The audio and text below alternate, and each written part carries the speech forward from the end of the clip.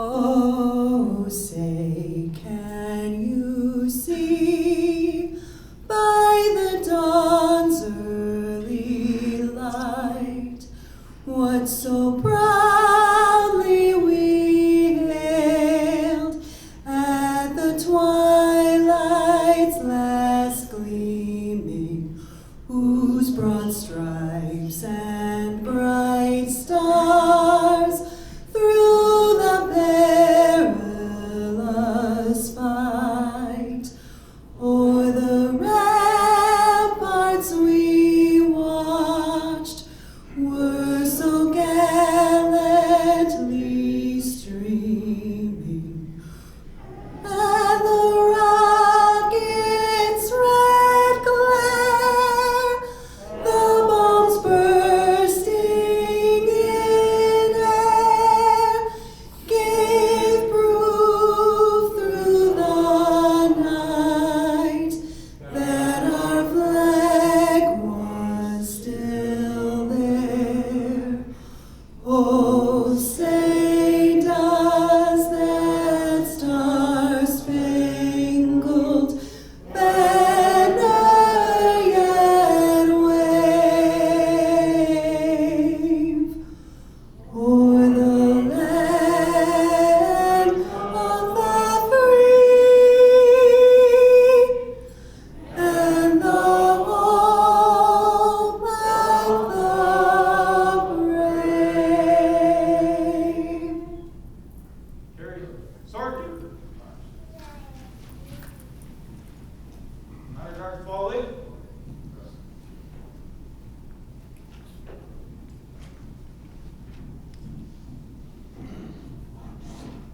As you entered into the room, you may have noticed a special table.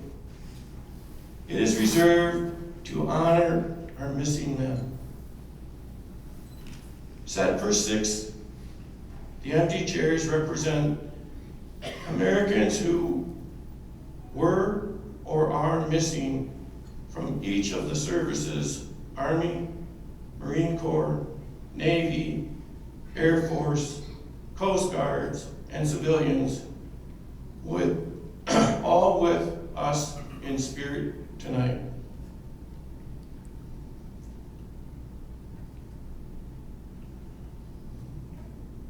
Bear with me because this is not easy. Some here were very young, or not even born yet, when Vietnam War began. However, all Americans should never forget the brave men and women who answered their nation's call and served the cause of freedom in a very special way. Let me explain the meaning of this table. Then afterwards, please join me in a moment of silent prayer. The table is round to show our everlasting concern. The cloth is white, symbolizing the purity of their motives when answering the call to serve. The single red rose reminds us of the lives these Americans and their loved ones and friends who keep the faith while seeking answers. The yellow ribbon symbolizes our continuing uncertainty, the hope for their return, and our determination to account for all of them. A slice of lemon reminds us of their bitter fate, captured or missing in a foreign land. The pinch of salt symbolizes the tears of our missing and their families. The lighted candle reflects our hope for their return. The Bible represents the strength gained through faith to sustain us and those lost from our country, founded as one nation under God. The glass is inverted, symbolizing their inability to share a toast. Our chair is empty. They are missing.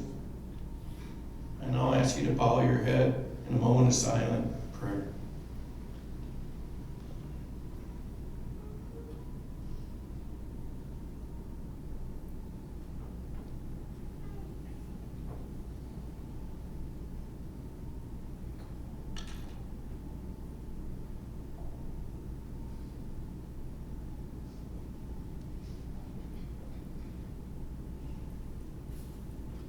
Until we see them again.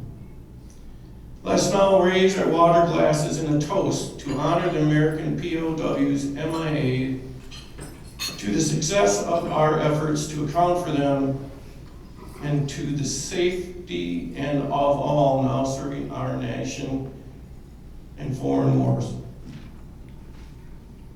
Please raise your glass. To servicemen and women throughout foreign lands and here at home. Here, here, here. Honor guard, post.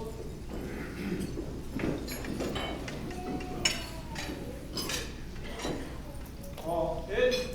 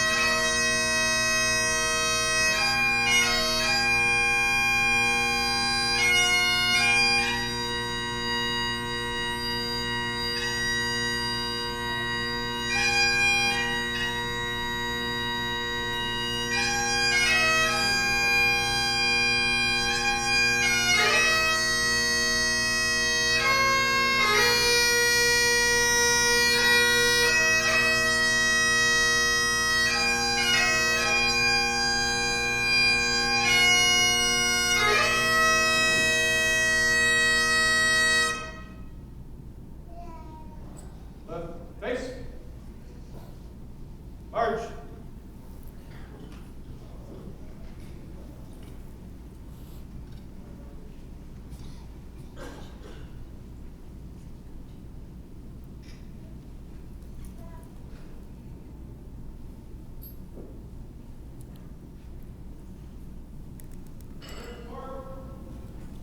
Thank you, gentlemen. Everybody can have a seat.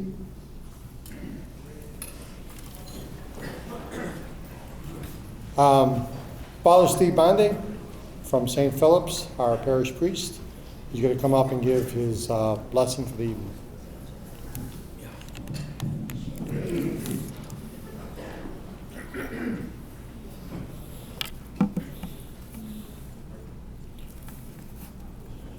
And let us pray.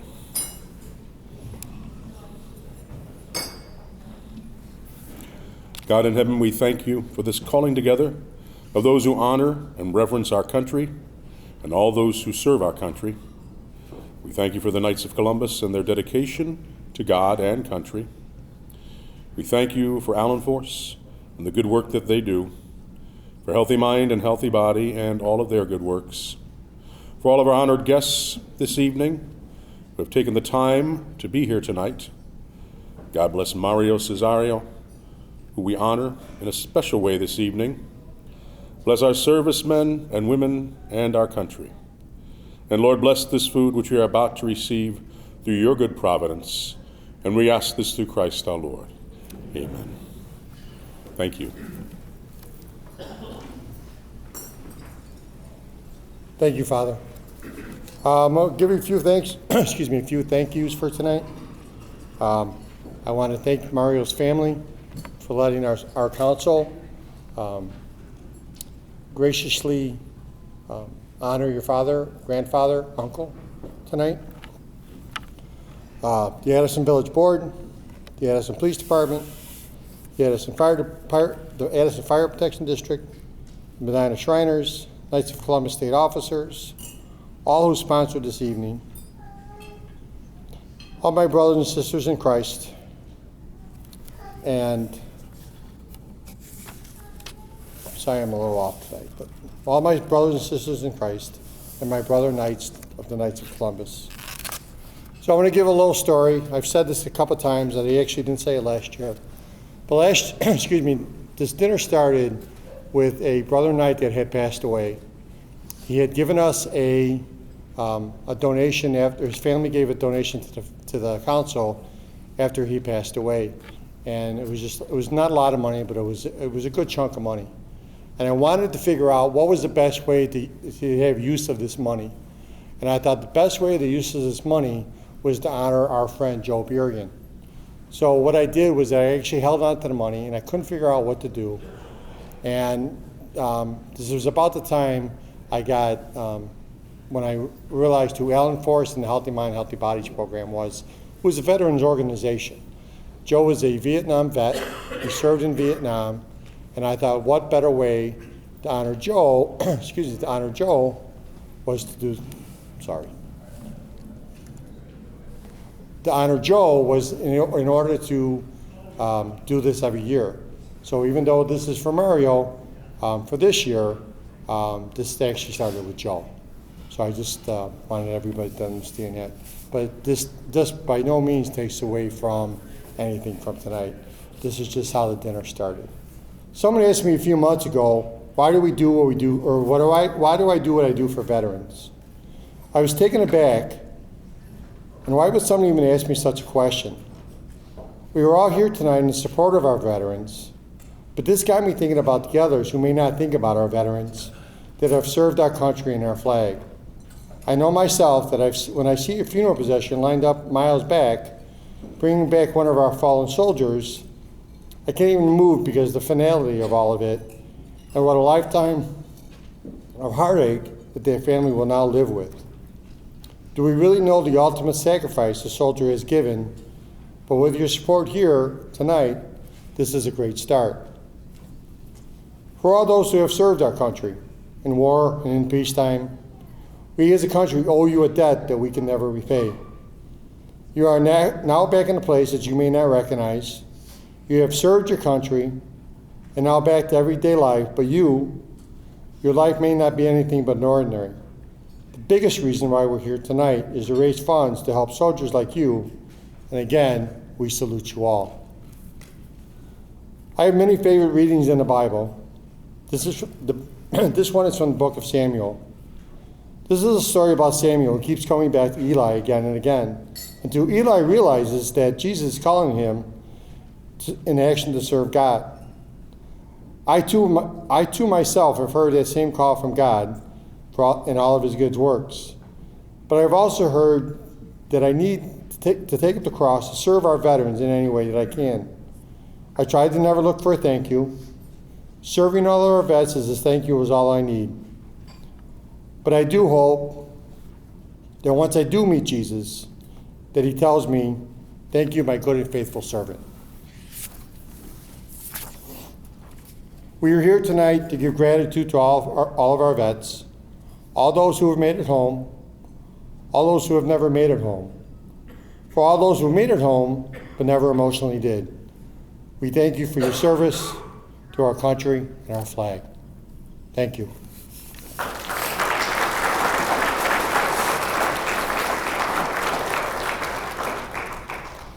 So we got a couple speakers tonight. We got a couple long ones, a couple short ones.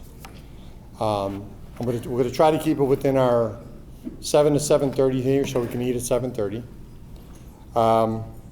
Our first short speaker here, but he's not short by any means, is Deputy Chief Joe Moranowitz, and he's got a few things he wanted to say.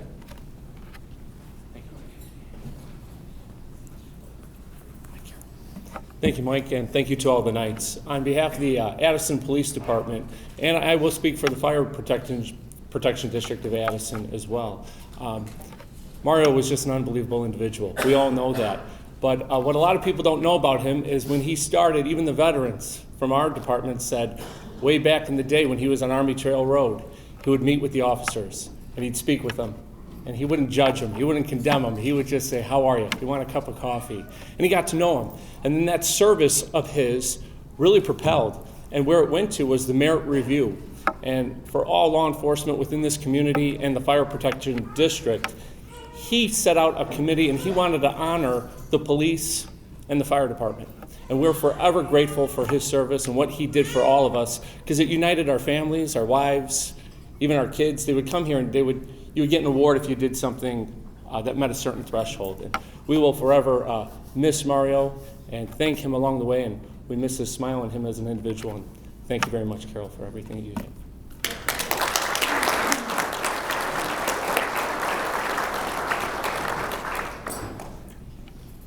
Our next speaker, Kristen, Mrs. Seaforth. Kristen is actually newly married, and she likes to be called Mrs. Seaforth. And she's going to talk real quick about Healthy Mind, Healthy Bodies program.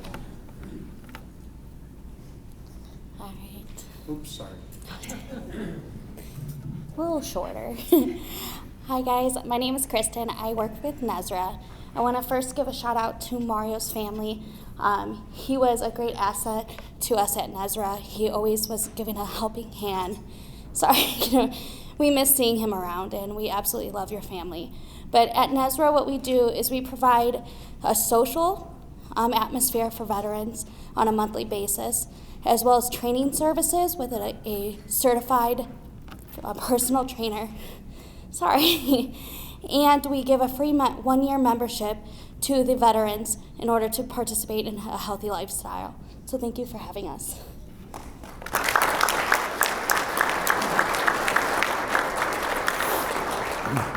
I'm a little taller.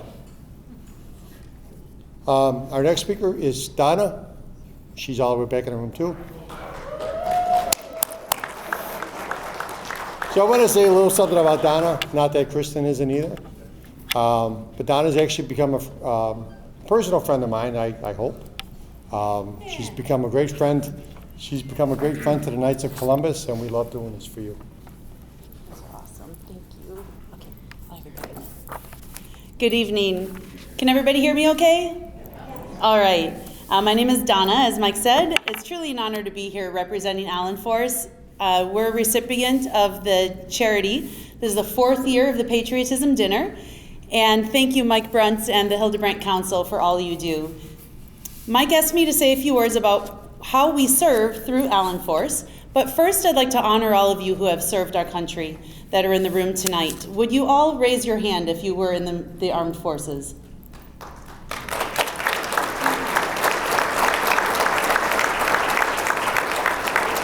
Thank you. Thank you for your commitment to our freedoms. Allenforce was named in memory of my late father, Donald Peter Allen. It's in his honor and for all of those of all eras who have served that we provide the services that we do. We have 4 main programs focusing on health, fitness, and recreation, in addition to the educational workshops that we teach.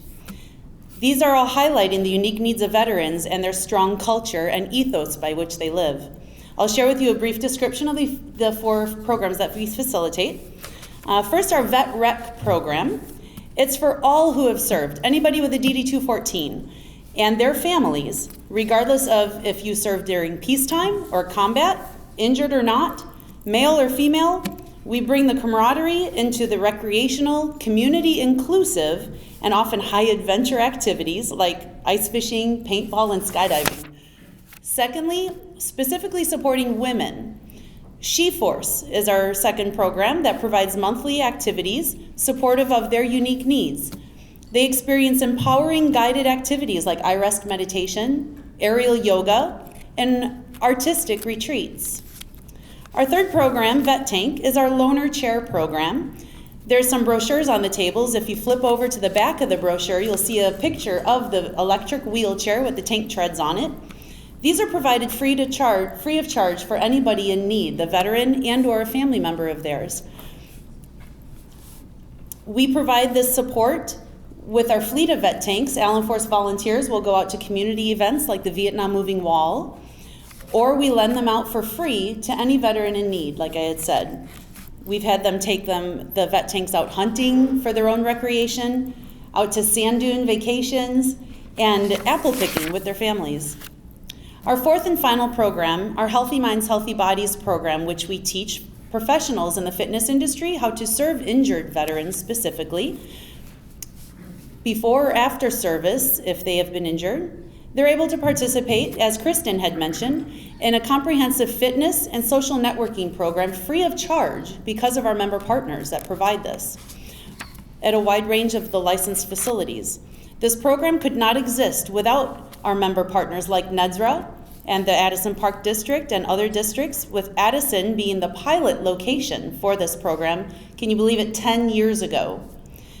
NISRA and their districts, represented tonight here with Nicole and Rico, raise your hands.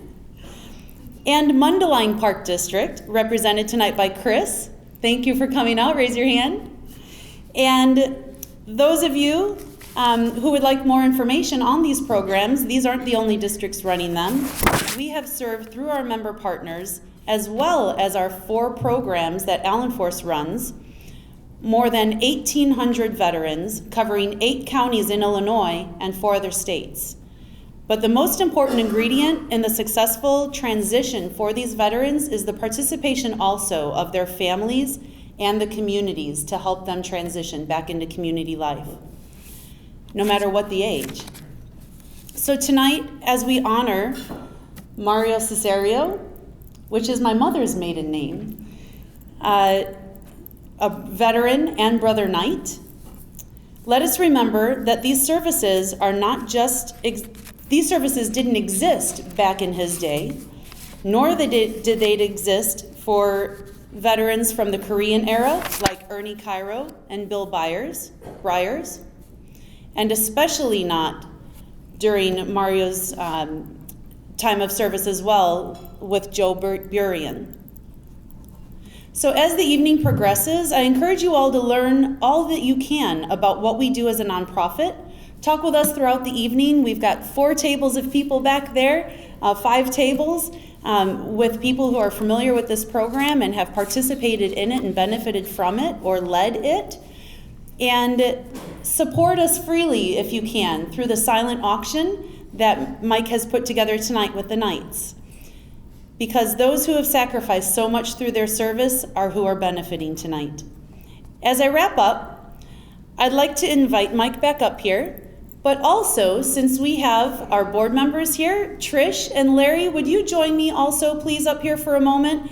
And 2 of our core volunteers, Larry Krogh and James DeHaan, would you join me up here for a moment? Because we'd like to show our dedication or our appreciation to Mike for what he has done, which takes so many hours, combined with his council, to make this event possible and raise these funds for Allenforce and serving all the veterans that we do. Mike, if you would come on over, through true military fashion, we present you with an Allenforce coin. Drop it, you gotta follow it. Let's try that again. Thank you. Thank you for everything you do. You're welcome. And I know that they would like to thank you as well. Thank you. Thank you all from the Hildebrandt Council. You are just a big light in our annual budget and in our services in making this all possible for the veterans in our communities. Thank you.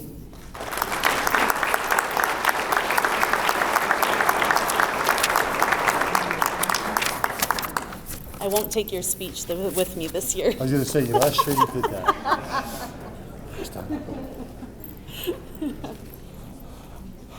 Our next speaker, he is Pastor Bob from the Messiah Baptist Church here in Addison. Pastor Bob, you want to come up? Almost like last year, I met Pastor Bob from he delivers the bread every Thursday over to the pantry over at the township. So I got to talking to him a little bit back and forth.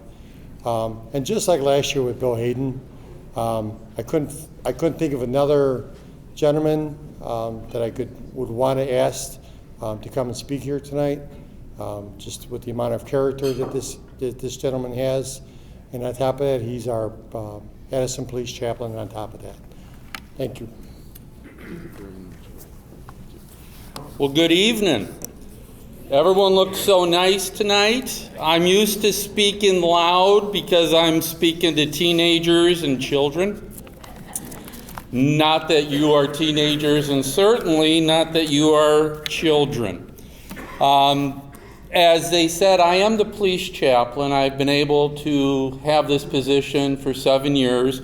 My son is a police officer, and he's the one that talked me into doing this.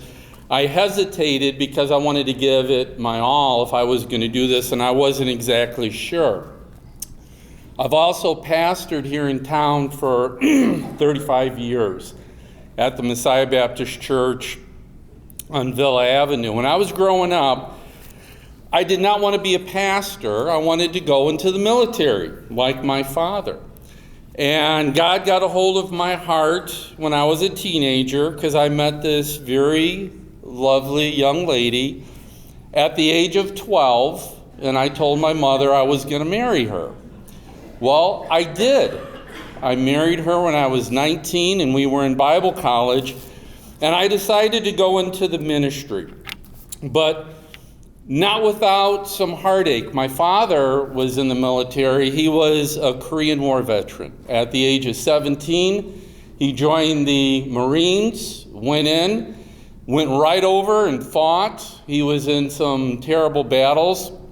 One battle he was in, he fought all night long, was wounded severely twice, received the Bronze Star. They sent him to the hospital. He recovered. They sent him back to the front line, and I asked him, what was one of the most memorial things that you remember about the Korean War? And he said when he was on the front line one day, they had foxholes. They had promoted him to sergeant, and he said he looked up the hill, and there was this man walking down the hill, and he said his name was General Douglas MacArthur. And he said, excuse me, he said he came into his foxhole, and he said, Sergeant, you need to put a machine gun over there, and over there. I said, what did you do, Dad? He goes, I told him, yes, sir. I said, what did you do when he left? He goes, if I would have had some blanket machine guns, I would have put them there already, as only a Marine could say. He left the Marine Corps to take care of his father. Then he went to go back to the Marine Corps, and they said, you're going to have to start off as a buck private. Well, with some more choice language, he said something to them which I would never repeat, walked across the hall, and joined the Navy. He said it was the worst decision he ever made. He stayed in the Navy for 20 years. He fought in many battles, including Vietnam. He earned 2 more Purple Hearts. He retired when he was about 41, 42 years old. As we see the table over here with many that are still missing, up until, excuse me, up until the day he died,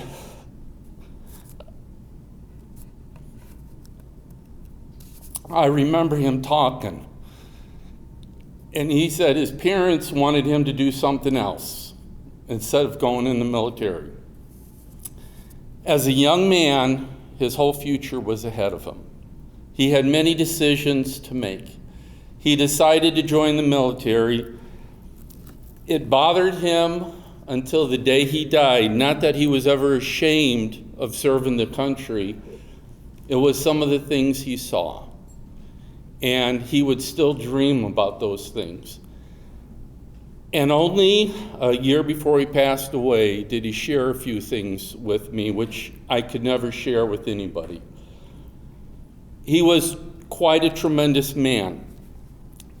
About 5 years ago, I wrote a devotion for the police department. With my father in mind, I wanted to look at the sacrifice that our men and women made. And I looked at it, and this is what I came up with. Through the 245 years that our country has been a nation, we have enjoyed a level of freedom that few countries have ever enjoyed. The first has been made possible by God and the freedom of religion that we have in this country. The second was sacrifice. Sacrifice by men and women from the very beginning.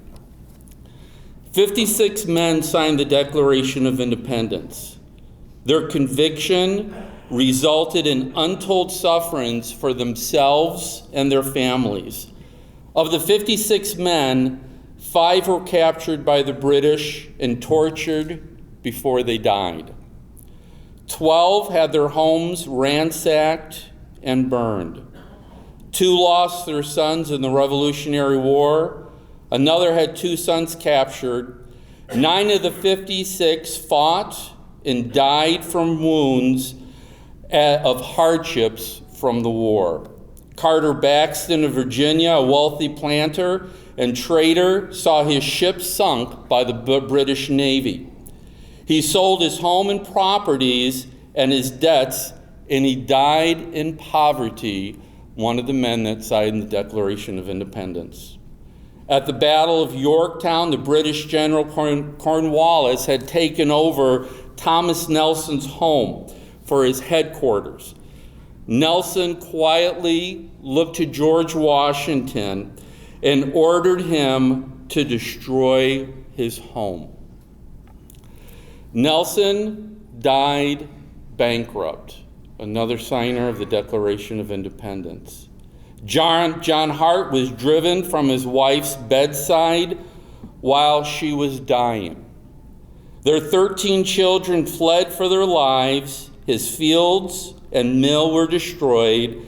For over a year, he lived in forests and caves, returning home only to find his wife dead and his children missing. A signer of the Declaration of Independence. In 1820, a man by the name of Alexis Tourville came to the United States, and he wanted to see what made the United States so great.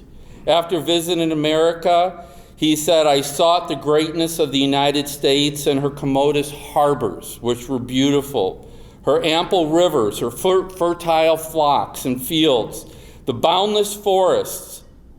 Her greatness was not there. I sought for it in her rich mines, her vast world commerce, her public school system, and her institutions of higher learning. Her greatness was not there. I looked for it in her democratic Congress and her matchless Constitution, and her greatness was not there." He said, "Not until I went into the churches of America and heard the pulpits aflame with the righteousness of Jesus Christ did I realize that's where her greatness was and still is today."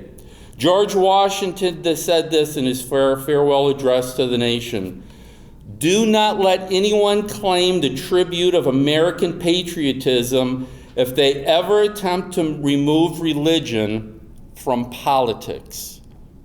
Quite different than what we hear today.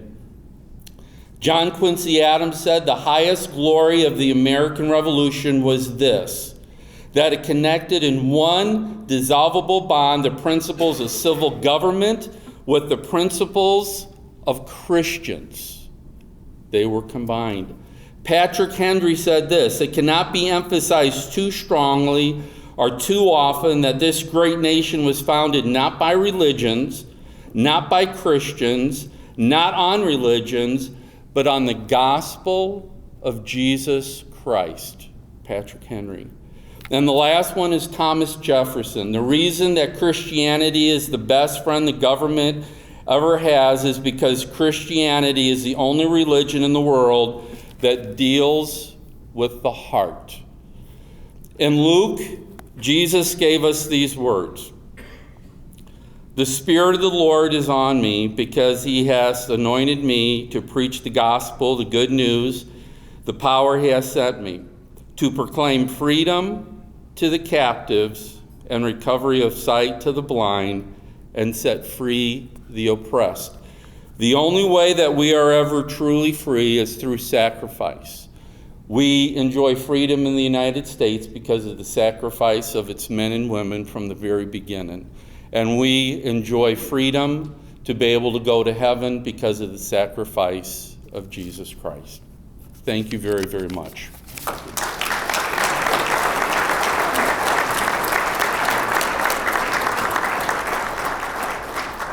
Thank you, Pastor Bob. Great speech. So, our last speaker, this one was a little hard for me to try to figure out what the best thing to say. So I've known Mario because I grew up myself in Addison since I was 5. So one way or another, I've actually known different businesses, different things just, that I've gone through. And it wasn't until I actually became a Knight of Columbus where I actually got to know Mario a little bit more. Mario was always just a very quiet guy, always went about his work, raised a family, went to work every day, and that's all his concern was. And I do remember Sundays, it was all about his family, no matter what. There's a lot of times, like we would go to Mario, us as a council would go to Mario, we need ice, or Mario, we need this. And we're like, hey, can we pay you? Can we do this? Can we do that? His response to me all the time was, I put it in the book for later so I can save it for later, so when I can get my reward in heaven. So hopefully, we lost Mario sooner than we thought, but hopefully for all the good things that Mario has done, he's now getting his reward in heaven. So at this time, I'd like to introduce Mario's son, Joe.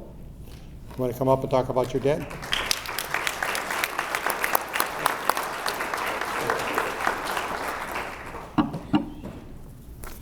I'm a little shorter. Got my dad's genes.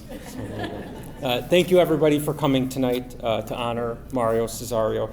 Many of you know Mario from any number of his roles that he had in public life: owner of Mario's Deli for 33 years, manager of 7-Eleven before that, parishioner at St. Philip's the Apostles' Church, member of the Rotary Club, or, of course, as a knight, where he was awarded 4th-degree knight in 1989.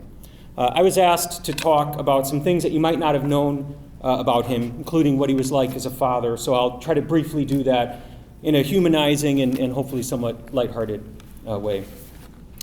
If you knew my father, you knew that he prided himself on being an American immigrant success story. Okay, he placed great value on being a good citizen, on living an honest life with integrity, and most important, on being a servant for others. Okay, that was true whether he was serving communion at St. Philip's, which he did regularly, serving his customers at the store, which he did almost every day, or serving in the Army, which he always called the service. He never called it the Army. He always referred to it as his time in the service. He was very proud of his time in the service, and he saw it as his duty to his country and to his fellow citizens. He spent his life working, giving, serving those in his community and beyond. And most important, he accomplished all that he did without cheating others, by following the law, by always doing what he believed was right. As an Italian-American, many of you don't know this, but as an Italian-American, my father actually hated comments about the mafia.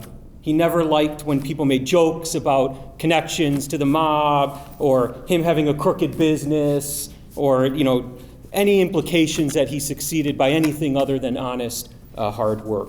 In fact, a newspaper reporter once came to the deli to interview him, and she thought it would be good to get his opinion on the hit mafia TV show at the time, The Sopranos. And so she asked him, well, what do you think about The Sopranos? And my dad knew so little about that world, he actually replied, they're great. I love Enrico Caruso. He was always on the straight and narrow, sometimes even to a comical degree. When he was in the service and he was stationed in Germany, a few of his fellow servicemen asked to borrow his pipe, which my dad had at the time for smoking tobacco.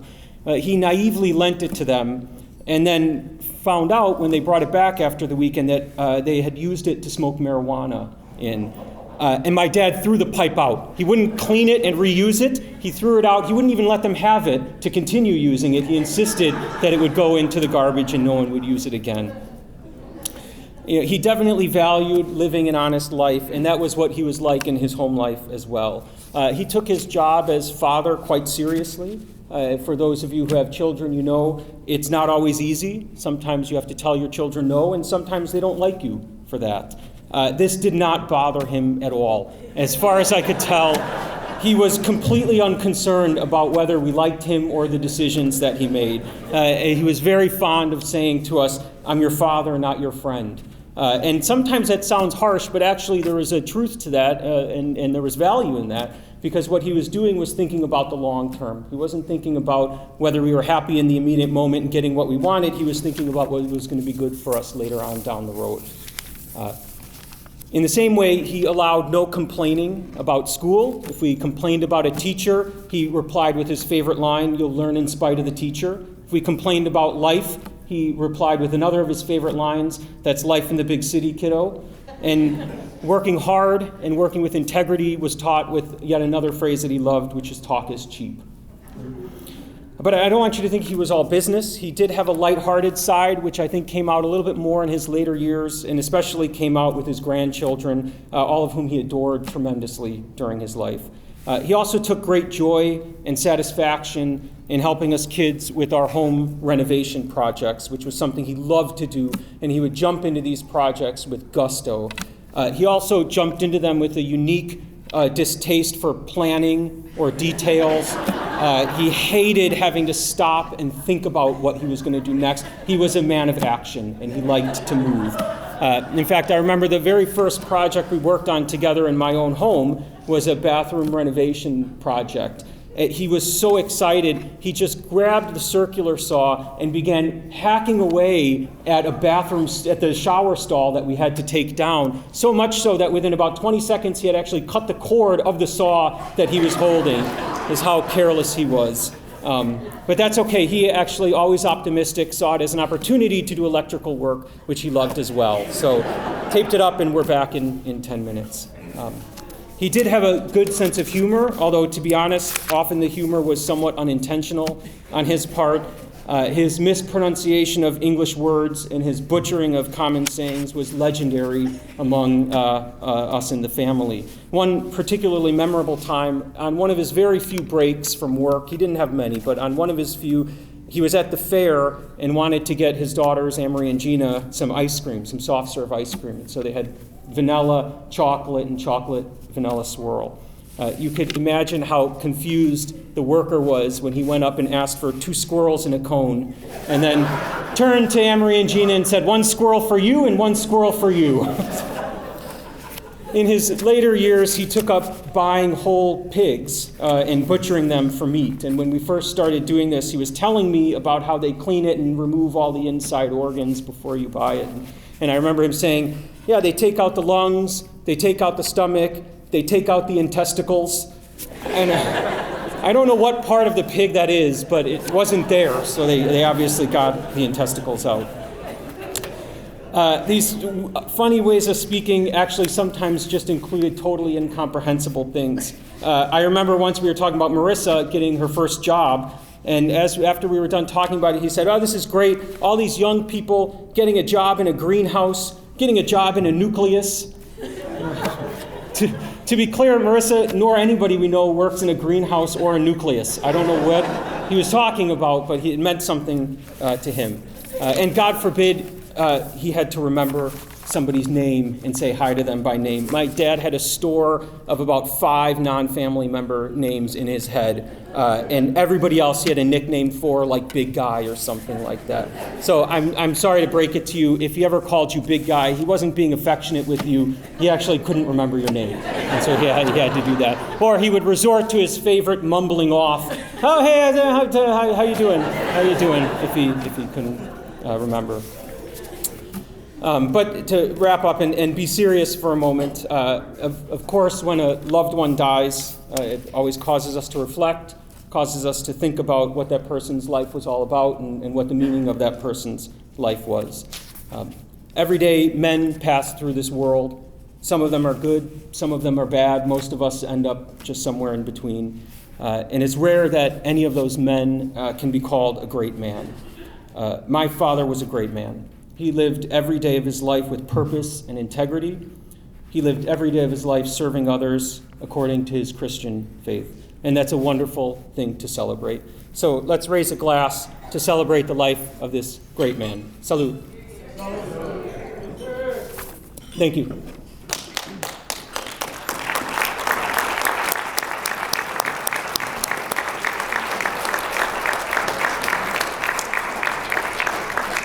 Thank you, Joseph. And I want to thank you, Carol, for letting us honor your husband here tonight. Very grateful.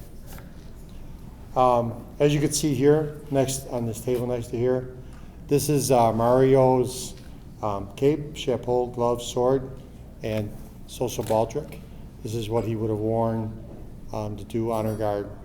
And there's also some of his medals from when he served during Vietnam. So if you want to take a look at this before you all go home, it's going to be up here. One quick thing I actually want to give a thank you to is the Village of Addison. So and you would ask you why would I want to give a blanket thank you to the Village of Addison? So the Village of Addison is actually, honestly, even though this started with Joe, it honestly started with the Village of Addison. Because the thing is that the Village of Addison actually put myself and the Allenforce and Healthy Mind, Healthy Bodies together. Yeah, I might have ran with it in a different direction where they never thought about it, but the village is the one that came up with the idea. So the thing is that I've been in Addison for the last 50 years. I've been here since I was 5. And for me to have this chance to serve the community that I've lived in for 3/4 of my life, it's very special to me. So I wanted to make sure that everybody was clear on how appreciative that I'm actually able to give back to my community and actually at the same time honor a good friend of ours, Mario. One of the things I actually want to say, just we're going to finish up here. So all these items that are back here, all these auction items, 100% of this money will all go back to either Healthy Minds at Nezra or Allenforce. We keep none of the money. As a matter of fact, all the 100% of the proceeds past whatever food costs and everything else all goes back to the charities. The Knights of Columbus keeps nothing. So be kind if you want to come up and auction. And I hope you guys enjoyed the evening so far. So we're going to finish up. We're going to have dinner here. Hector is going to finish playing during dinner. We have a new entertainment. His name is Rick Miller from Ideal Entertainment. I've seen him before. He's absolutely great. So let's eat. And so thank you all for coming. Let's eat. Have a great evening with fun and dancing.